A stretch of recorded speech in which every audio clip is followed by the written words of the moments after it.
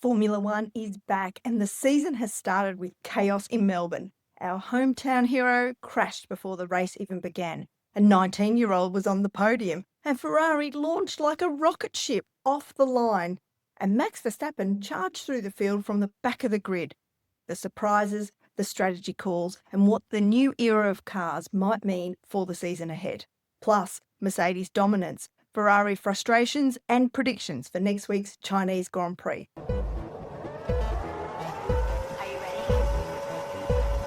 It's lights out and away we go. Hello and welcome back to Away We Go podcast, a Formula One podcast that goes beyond the track limits to talk about travel and lifestyle surrounding the sport.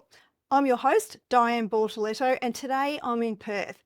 And I'm joined by our guest from last week, Simone Scanu, who is the co-founder of Formula Live Pulse.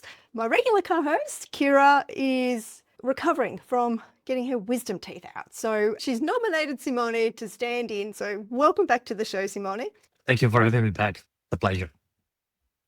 And I'm delighted to see you wearing a Ferrari shirt. Thank you very much for doing that. A pleasure. We are so back. We are so back. It certainly feels like that.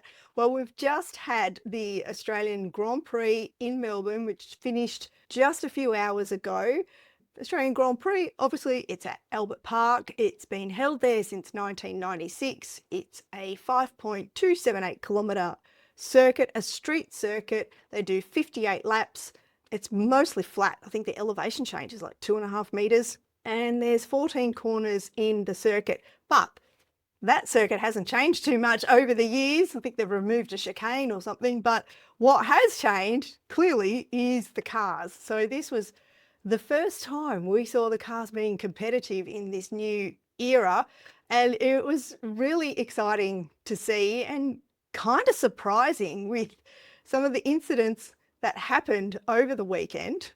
What's your take, Simone? It's a very interesting era, to be honest. I wasn't expecting to see a race that to me was really exciting, to be honest. For some people, I heard that it wasn't that exciting. Some people are disappointed. There is a little bit of a backlash, especially like on all the posts that Formula One is actually sharing on social media. But I don't know. I just don't agree. I really loved the race. I loved the overtaking or attempting overtaking, a lot of defense by Charles and George. Honestly, I can't complain. Then, of course, like you can maybe not like the fact that Mercedes is literally dominating. But besides that, we saw like from the race start, we saw like a very what I call the slingshot start by Ferrari. Yeah. That's exactly what I was expecting to see. And that happened. And I was happy, to be honest. I wasn't happy with, strategy and everything at the end, but yeah, proudly I can wear this shirt today because I think that it was a very good race. It's a very good performance for Ferrari, regardless of everything else. Yeah, well, we should start by just saying that George Russell qualified on pole position in Australia, followed by Kimi Antonelli in second place, which was amazing to see because Kimi had a massive shunt in free practice 3. He went off and had a huge accident and they actually didn't even know if they could get the car fixed in time in order for him to participate in qualifying. Big kudos to the mechanics in the Mercedes garage. They worked really hard. I think they only had, was it 3 hours? It might be 4 hours. Sorry, don't quote me on that. But they only had a matter of hours to fix his car and get it ready for qualifying. And then he just needed to do one lap in Q1 to make it into Q2, which he did just by the skin of his teeth. And that was only because really there was a safety car that came out in Q1. And that was for Max Verstappen, who had a massive crash and ended up starting in 20th position on the grid. Yeah, that was really uncharacteristic of, I don't think it was Max's fault. It sounded like a mechanical. It was probably more electronic, The reason it was behind the fact that, as they said, basically the car needed to recover more energy than was expected. And that's why the car started to behave like that. So the rear axle completely stopped working. And when that happens, you can be Max Verstappen, you can be Lewis Hamilton, whoever, you're just a passenger. There's nothing you can do there. That's right. Went sideways and crashed into the wall, and that was the end of it. It's really unlike Red Bull and Max. It just goes to show that this new era of cars, they're still getting to learn about them and still getting to know them. So anyway, third in qualifying was Isaac Hadjar, Max's teammate, which is Isaac Hadjar's best qualifying in his career, his first qualifying for Red Bull Racing. And if we go back to last year when he crashed out of Australia in the formation lap and was hugely upset and was crying and then got belittled by that awful Helmut Marko and consoled by the lovely Anthony Hamilton. Yeah, really lovely. Really good to see Isaac Hadjar qualify in third. Then the Ferrari, Charles Leclerc. Oscar Piastri qualified in fifth. Lando Norris in sixth. Good to see Oscar out-qualify his teammate. It's about the only good news we have for Oscar this race. Lewis Hamilton qualified in seventh. Liam Lawson in the Racing Bulls in eighth. Arvid Lindblad, in his first qualifying ever in Formula One, qualified in ninth in Racing Bulls. And then my cousin, Gabriele Bortoletto, with one T, not two, in the Audi, qualified in 10th. So that's the top 10 qualifying, but it didn't start that way, did it? No, it didn't. Unfortunately, like as you said, like one of the good take was that Piastri started the season out qualifying his teammate, nonetheless the world champion, but during the installation laps, there was a problem with this car. Apparently, this car was deploying more energy than expected, and that's why he touched a little bit of curb. And the moment that he released a little bit of power, probably was more power than what that he was expecting. Again, he became a passenger as well. So, yeah, he crashed and his race was gone. There was nothing they could do. I'm glad you said that because it's almost too painful for me to say it out loud. It was just awful. The hometown hero crashing out in the installation lap, like you said, before even reaching the grid, his whole grandstand, they're dressed in Oscar Piastri merch. You could just see everybody's shoulders slump. It was just awful. And I mean, I'm sure really awful for Oscar and his family and his side of the garage as well. Just really one of those unfortunate things, and I guess a characteristic of this new era car that all these drivers are going to have to get used to. They haven't had a lot of time in these cars, so they're just unfortunate. Yeah. So no Oscar in P5. Yeah, you might think that they had like a lot of time to test between Barcelona and 2 sessions in Bahrain, but at the end of the day, it was like, it's not a lot, especially when there are changes of regulation this big. I totally understand the disappointment, because at the end of the day, this shouldn't happen anywhere in the first place, but especially at your home race. And then it's even more disappointing. I cannot imagine. Just awful. And just having to front the media after that as well. Oh, yeah. All you want to do is probably crawl into a cave and never come out, maybe with a big bottle of wine and just drown your sorrows a little bit and regroup. But look, I'm sure he'll bounce back. If there's one thing that Oscar is really good at, is bouncing back after something negative has happened, and he can take that positive that he was, quicker than his teammate in qualifying. Not by a lot, about a 10th, but a 10th is a 10th. But the race start was like amazing. Mercedes lockout 1-2 on the grid, but with no Oscar in P5, it meant that there was no one in front of Lewis Hamilton in P7. But the race start, the Ferraris just were like you said, they were just like a slingshot, especially Charles. Like, I don't know how he found those gaps. It was like a video game watching him, just go from P4 to lead the pack straight away. It was absolutely phenomenal to watch. And I was screaming at the TV and just absolutely loved it. And then there was a bit of cat and mouse with him and George Russell overtaking each other. One thing that I found frustrating, and I'd love your opinion on this too, Simone, is that the commentators were talking about battery deployment and having to recharge their batteries like we talked about last week and how drivers have to do that. But as viewers, we don't know what level of battery the drivers had, and they ended up putting some graphics on the screen look, it might have only been about 5 times between several drivers. We were in the dark a lot of the time. And, you know, because I was watching the race on catch up, I also couldn't use your app because I wasn't watching it live.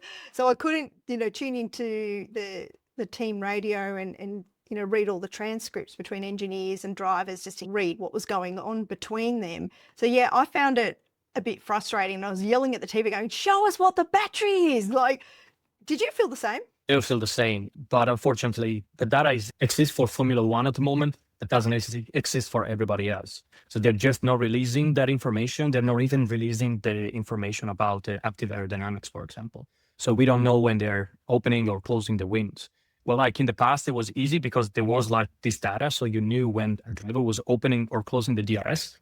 But at the moment, there is no data for the active aero. There is no data for the battery. There is no data for overtake mode or boost mode.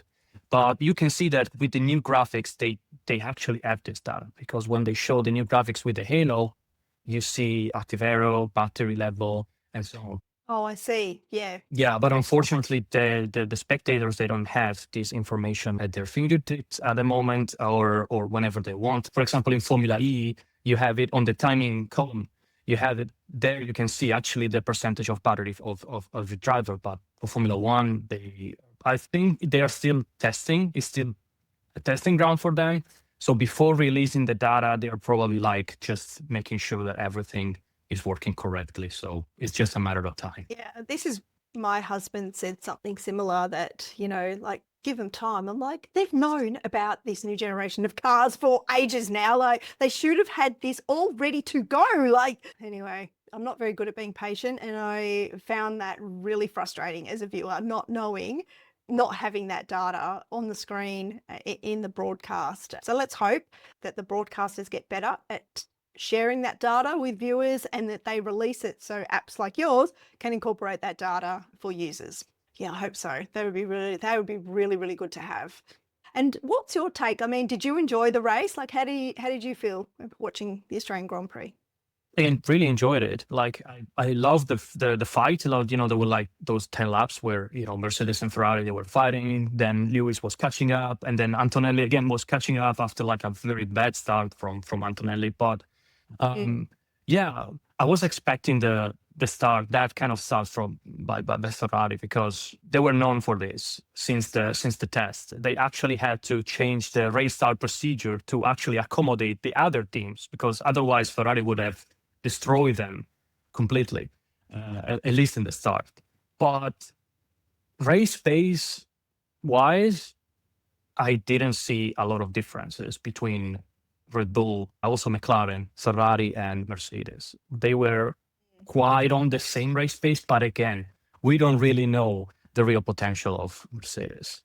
I think they were just like, yes, at the beginning they were playing cat and mouse, but when they were both in free air, I think they were just managing. I don't think they were pushing quite a lot. And at the end, they finished the race with 16 seconds of gap. So, but at the end of the day, again, I really enjoyed it. I enjoyed the fact that a rookie like Harvey Lindblad qualified in the top 10 and finished in the top 10. That was probably my highlight. Yes, that was really great to see as well. And in Racing Bulls, you know, they're not known to be a top team or the best of the rest. I thought that was a brilliant result by him, and he should take a lot of comfort in that. In fact, he finished in 8th, and his teammate Liam Lawson finished in 13th. And Liam Lawson's had, you know, a season and a bit ahead of Arvid, who's just 18, such a youngster. I was really impressed watching him in an interview, actually. He speaks really well, quite considered answers. He's quite an impressive man. Yeah. These young drivers, they feels that they're really well trained in terms of PR.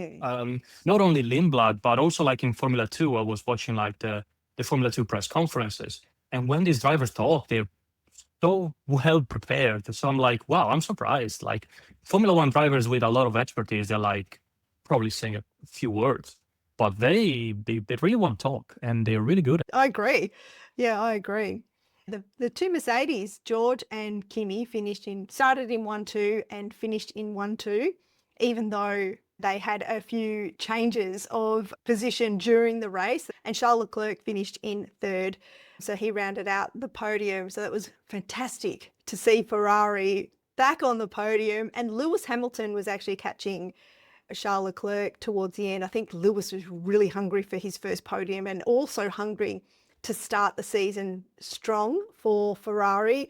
Didn't quite get there, but finished in fourth, had a really brilliant race, I thought. I thought he drove really well. Lando Norris finished in fifth. Max Verstappen, hang on a minute. Oh yeah, Max, who started at the back of the grid, sorry. Max, who started in 20th, finished in sixth place. I just threw myself then because I was like, what? No, Max, yes, he did. He just overtook the field. Max did Max and just finished really well. I had a brilliant race, actually, couldn't fault it. Ollie Behrman in seventh in the Haas. Harvard, as we spoke about, Lindblad, eighth in Racing Bulls. Gabriel Bortoletto finished in ninth in the Audi. Fabulous work. And Pierre Gasly in Alpine finished 10th. Yeah, we had a few did not start. Oscar Piastri, who we talked about. Also, Nico Hülkenberg didn't start because there was a problem with the comms. He didn't have any comms and they tried to fix it and they couldn't fix it. I don't know if there was anything else wrong, but I think that's probably a safety issue why they didn't run that. And then DNFs, yeah, we had Isaac Hadjar, whose car just stopped, just conked out. I don't know what happened there, but he lost power and ended up having to pull over. Valtteri Bottas, same thing, he just stopped. And Fernando Alonso in the Aston Martin. Now we'd known since testing that there's been big issues with the Aston Martin. They've been really open and upfront about that they don't have any spare batteries, that there's an issue with the Honda power unit. It felt like Aston Martin used the Australian Grand Prix as a bit of a test session because Lance Stroll finished, well, no classification is what he got, but he was 15 laps behind. So he went into the garage. I don't know what they did when he went in the garage. He was in the garage for 15 laps and then came back out. And Fernando Alonso did something similar, went to the garage for many laps and then came back out. I suppose it makes sense to use it as a bit of a test session. They didn't get a lot of test time and they've got issues that they've got to sort out with the car. They definitely used it as a testing ground. In their interview, I think it was Lance Stroll that has been asked, well, at least you raced a little bit. And he said, well, I don't think that was racing. That was more circulating, as he said. So yeah, it was stationary on the pit lane for something like 15 laps, from lap 36 or something. And then immediately after 15 laps, he just came out again to do like some more laps and finish the race. We don't know why he went to the pit for 15 laps. Probably like either he needed some rest, I don't know, or just because there was something wrong with the car, he had to fix it. They've talked about the vibrations, haven't they, with the Aston Martin, that if the drivers did any more than something like 25 laps, that they could endure permanent nerve damage, which sounds horrendous and an unnecessary risk for them to take with their drivers. And I'm sure no driver would want to take that risk either. I don't know what's going on with that car, but let's hope that they can get it sorted before the Chinese Grand Prix next week. Yeah, I mean, I'm actually really, really surprised that after they mentioned something like this is kind of like very alarming, you know, and I'm actually surprised that I didn't see anything by the FIA saying like, okay, this is a security concern. We have to investigate this. It didn't happen. It's actually just Aston Martin doing their own thing and say like, we don't know if we can race for more than 25 laps. It's quite concerning, also disappointing, to be honest. I was expecting a lot more from them. Yeah, I think everybody's been expecting a lot more from Aston Martin. I mean, they have been talking up Adrian Newey for 18 months now, and you know, it sounds like it's an engine problem, not an aero problem, which is Newey's area, but he's TP now, so it's all his area. Well, they were kind of bouncing the fault back and forth. Honda was like complaining about the fact that Adrian Newey last minute change in aerodynamics or the shape of the car was basically slowing them down with the engine, and then vice versa, the vibration are the problem according to Adrian Newey. So okay, whatever, guys. Yeah, they need to somehow find some common ground and work together and fix it. They just have to get it fixed, or they're going to have a horror season. Anybody else in the race that you would like to talk about? I mean, Williams were really unimpressive. Williams, I think they're still struggling with finding the right balance with the car. what we have seen, what they said is the fact that the car is still kind of like overweight, so they couldn't really extract any pace from the car. And obviously also the fact that they were suffering from some reliability issue sometimes just doesn't help because you cannot get any data from it. So yeah, disappointing, but I truly believe that they can find their sweet spot at some point, like they did last year. They can get podium. They have a Mercedes engine after all, even though it doesn't Yeah. really mean anything, as you can see from all the other Mercedes engine teams at the moment. Let's see. McLaren run a Mercedes. Yes, the Alpine. Alpine run the Mercedes. Okay. We're recording this today on Sunday, some hours after the race, and it is International Women's Day. So I wanted to give a shout out to all the women who follow Formula One, all the women who work or have worked in Formula One and blaze the trail for others to follow. Thank you very much. And give a shout out to creators. Now, there's a few female creators that I follow and I've really enjoyed their content. The Paddock Journal is one. It's a brand new international magazine that's being published, and it's like a Formula One adjacent magazine. They talk about everything around the sport, but not the races itself as such. And it just looks like a really beautiful publication with some really thought-provoking articles written by some fantastic Formula One journalists. Shout out to Esme Buxton, who is the founder of the Paddock Journal. Shout out to Paddock Passions. Hilarious memes, always fun content on Instagram. I'm always commenting on the post, either laughy face or really enjoy follow Paddock Passions. Also Tiggy, It's Paddock Project. She's another podcaster. Started off as a podcaster with her two best friends and now she just does it on her own. She tends to talk more about the business side of Formula One and the sponsorship. And Tony Cohen-Brown is another creator who actually came to Australia. She was part of Glamour on the Grid, which is something that the Australian Grand Prix does on the Wednesday night, where everybody gets dressed up to the nines and they have a red carpet and photos and a function and whatnot. She also does some really great content. So I'll put links to those creators in show notes so you guys can follow. Now, the leaderboard. The leaderboard in Away We Go F1 prediction tracker. Nobody scored particularly well. I think we had 6 people who picked George Russell to win, and that's it. And then we had another 5 people who picked Charles to finish in 3rd. I'm on 0. I have not scored 1 point. So Oscar going out of the race has really thrown a spanner in the works. It's still really wide open. If anybody hasn't signed up yet, I would say sign up.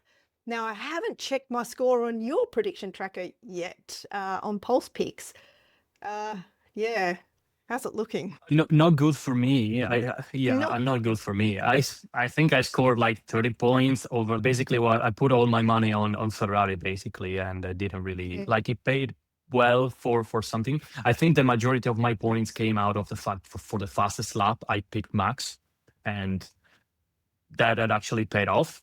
We have a few players that are actually like in first, second, and third position that they scored good points. So absolutely shout out to them because they predicted really well, especially betting on Mercedes, and it was the right move. Definitely. I didn't even pick Mercedes in any of my predictions, and no one playing along on Away We Go's prediction tracker picked Kimi Antonelli. So I went and had a look at everybody's predictions. No one picked Kimi Antonelli, and he finished 2nd. Just goes to show, I'm just looking at my results on Pulse predictions on your website. 0, 0, 0, 0. I'm on 0. So it hasn't started very well. Again, no, I'm actually on 10 points. When did I score? No, 10 points. 10 points. Oh, because I said there'd be 3 DNFs. Oh, did I get that right? Yes, you I did. got something right. But yes, I put all my money on Ferrari and Oscar. It wasn't a bad choice after all. I was on the Ferrari train. So unfortunately, Well, the strategy didn't pay off, but at the end, we were so close. they didn't pit during the safety car, during the virtual safety car. Like, how could they? Yeah, that I feel like that was a bit of a mistake from the Ferrari camp. I mean, both Mercedes pitted during the virtual safety car, which I think came out on lap 12. Then George Russell and Kimi Antonelli both stayed on those hard tyres till the very end, so they didn't need to go in and pit again. A lot of other drivers did 2 pit stops.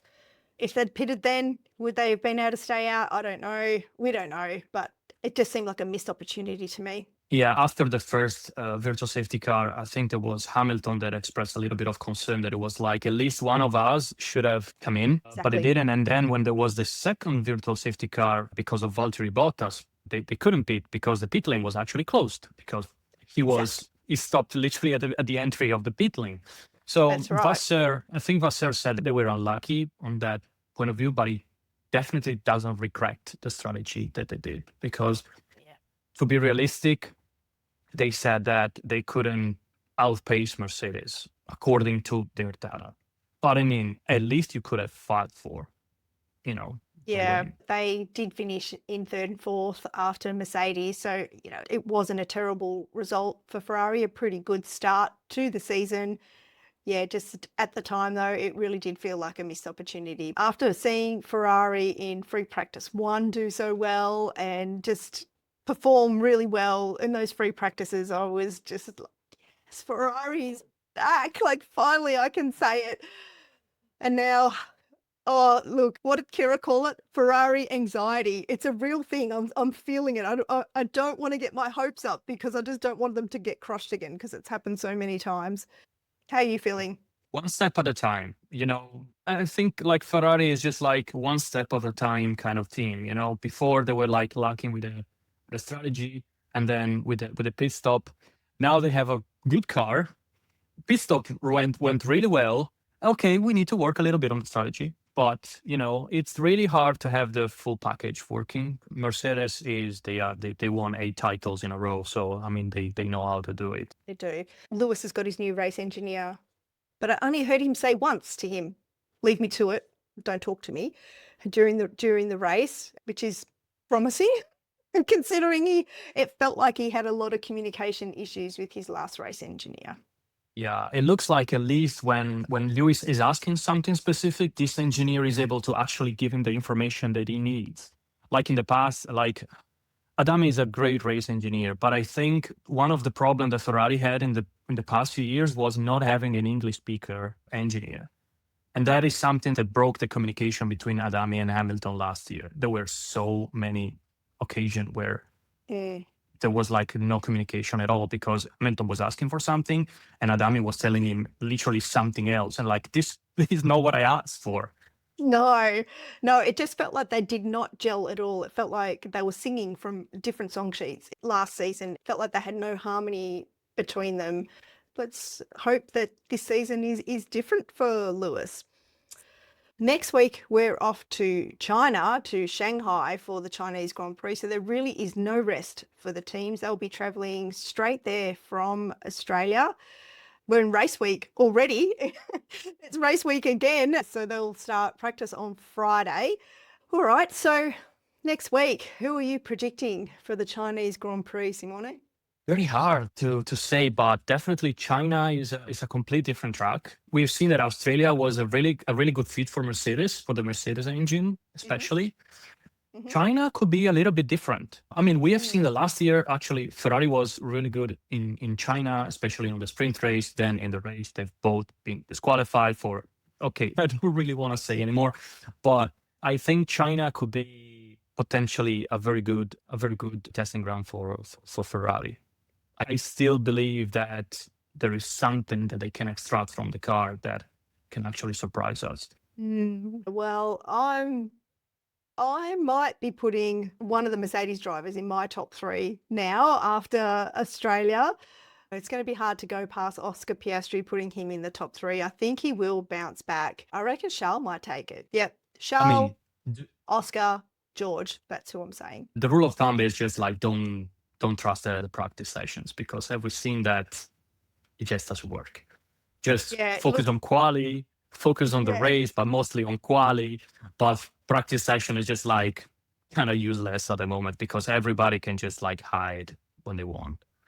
Yeah, normally in previous seasons, I don't even bother to even look at the practice sessions because that's exactly what they are, practice sessions. They're practicing, they're testing different fuel loads, they're testing different tyres, different setups. so many variables that we're not across as viewers as to what they're doing. So we don't get the full picture. This new era of cars, I guess I'm way more invested in the free practice because we haven't really seen much of the cars. But you're absolutely right. We can't read it too much into the free practice sessions. All right, well, that's a wrap. Thank you very much, Simone, for coming on to Away We Go podcast and having a chat and filling in for Kira. I hope she's feeling much better after having her wisdom teeth out, and hope to see her back next week. That was a pleasure. Thank you so much. Thank you. If you guys have liked what you've listened to, please subscribe to the podcast. Hello, if you're watching on YouTube. The statistics show that only about 10% of listeners of this podcast actually subscribe. So if you're one of them, please hit the subscribe button. It really helps the podcast get more eyeballs. We're also on all the social media platforms. You can connect with us at Away We Go, or send us an email at hello@awaywegopodcast.com. Thank you very much, everybody, for having us in your ears. Until next week, and until lights out. Are you ready? Away we go. Away We Go podcast is produced by Diane Bortoletto.